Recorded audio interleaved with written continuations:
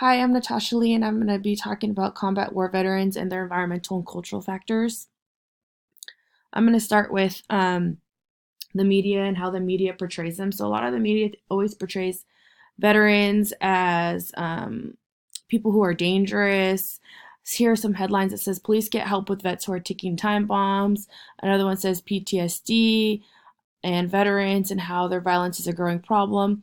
Another one says that a veteran was charged with homeless murders, and it talks about how it could be a problem for the U.S. military.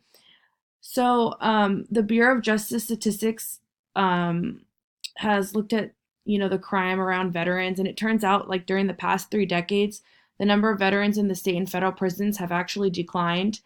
And although mental health is always a concern with veterans, um, another study showed that compared to civilians, um, civilians actually report a higher rate of any higher rate of any mental health problems than veterans.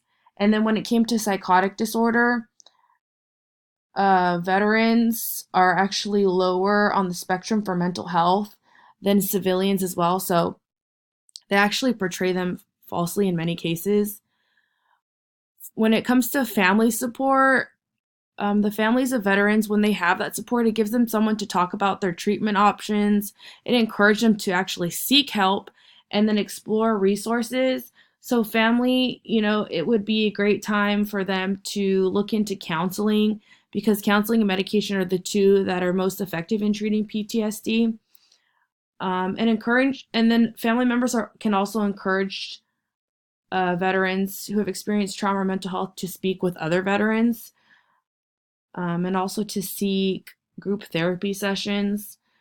And family is also great for helping these veterans explore their resources. A lot of the time, they don't know where to look, or they're so involved in what's going on with themselves that they don't know where to go first.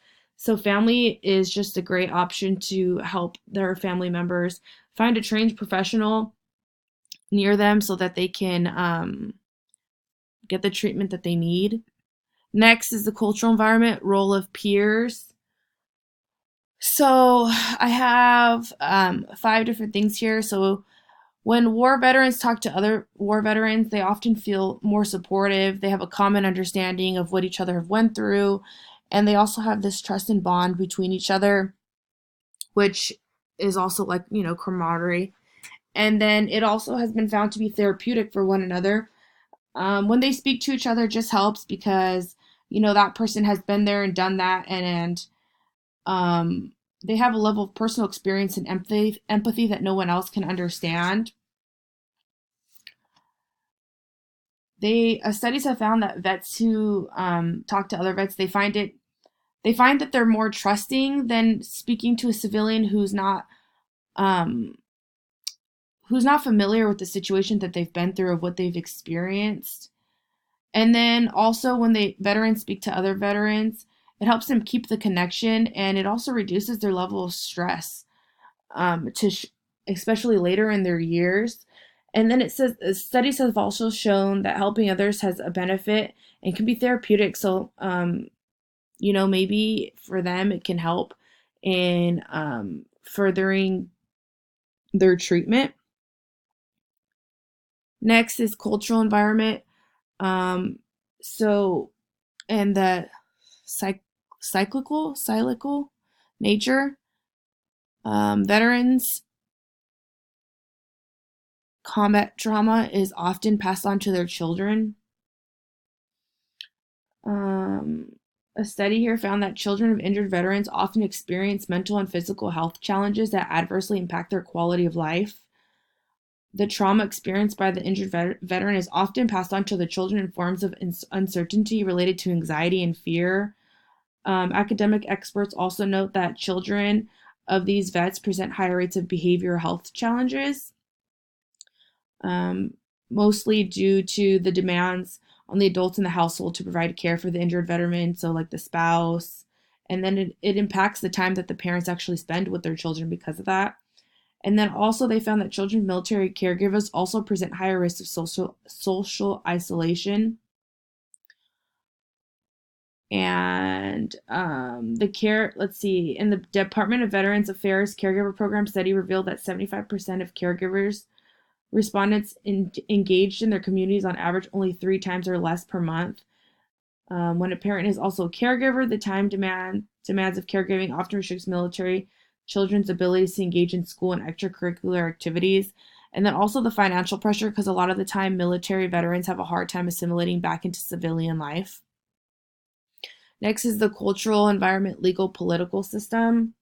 So here I found that in today's society, our government is making it harder for veterans to find jobs. They're also reducing the veterans' access to health care. Budget funding and cuts have also taken away support and services from veterans with disabilities, which then increases veterans' hunger and food insecurity. And then it also goes hand in hand with like their housing insecurity and a lot of our veterans ending up homeless because of all these cuts and again not being able to assimilate back into civilian life. Next is the cultural environment and potential barriers. And according to a study, the stigma for war vets is that, um, you know, a big reason why they don't end up pursuing treatment regarding their mental health is because they feel like they'll be labeled as someone with a mental illness and they don't want that. And then they know that people will start to view them as being dangerous or violent, sometimes even crazy. And so they don't, and they also have been said that military members, they feel like that others will think that they're responsible for their own development of PTSD. So, instead of being labeled with any disease, they'd rather just not bring that stigma upon themselves. So they refuse to seek help a lot of the time. And then it also impacts how soldiers view themselves and it can decrease their self-esteem. Next is health disparities, socioeconomic status, and geographical location. So with this, I found that many veterans live in rural areas where access to VA facilities may be difficult or non-existent. And they also found that there's just a lack of knowledge regarding VA healthcare and benefits and eligibility. A lot of the time they are put through a program before they get discharged to give them all these resources about where to seek healthcare or help or anything else once they leave. But a lot of the time, they forget about these resources and they end up back into civilian life and end up struggling and not knowing where to look. Next was health disparities between race and ethnicity. So I found a study that said that Black, Hispanic, and other multiple races in regards to veterans report much more worse health than white veterans. 44.1% of Blacks reported poorer health compared to 25.4% of white veterans. And then it also looked into veterans of color as opposed to white that need help with their ADLs. Blacks reported 13.3% of Blacks reported needing assistance over 6.3% of white veterans. And then they also found that Hispanics are very similar in their health conditions compared to white veterans. But when they did this research, they found that the Hispanics were at a younger age compared to white veterans. So the younger age could be a reason as to why they it doesn't really equal out because the age isn't the same. So they were saying that, although they do compare the same in health, it could just be that Hispanics are younger.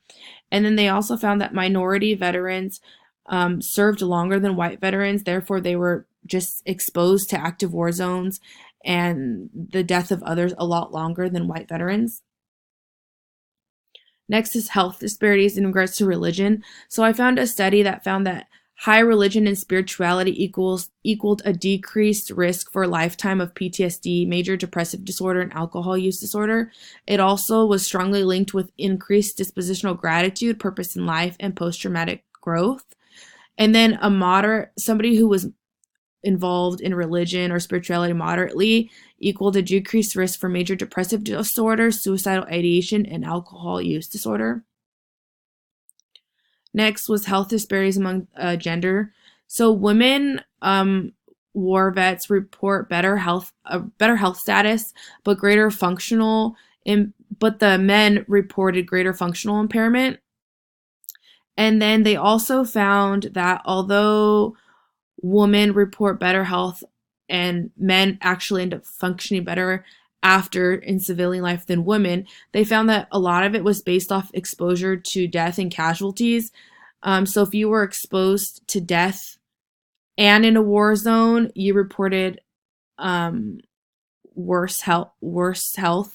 But if you were only in a war zone but didn't have to experience seeing people be killed, then you were reported being healthier. So it had a lot to do with whether or not you were exposed to casualties or not, instead of just being in a war zone. And then next was health disparities bias. So I found a study that said that although that civilians were grateful for the service of the military personnel, a lot of them were still very wary of the mental health and stability of the veterans, which I felt like tied back into the media. So I guess it just has to do more with a lack of knowledge and how we see our veterans. And then last is just my references. Thanks for listening.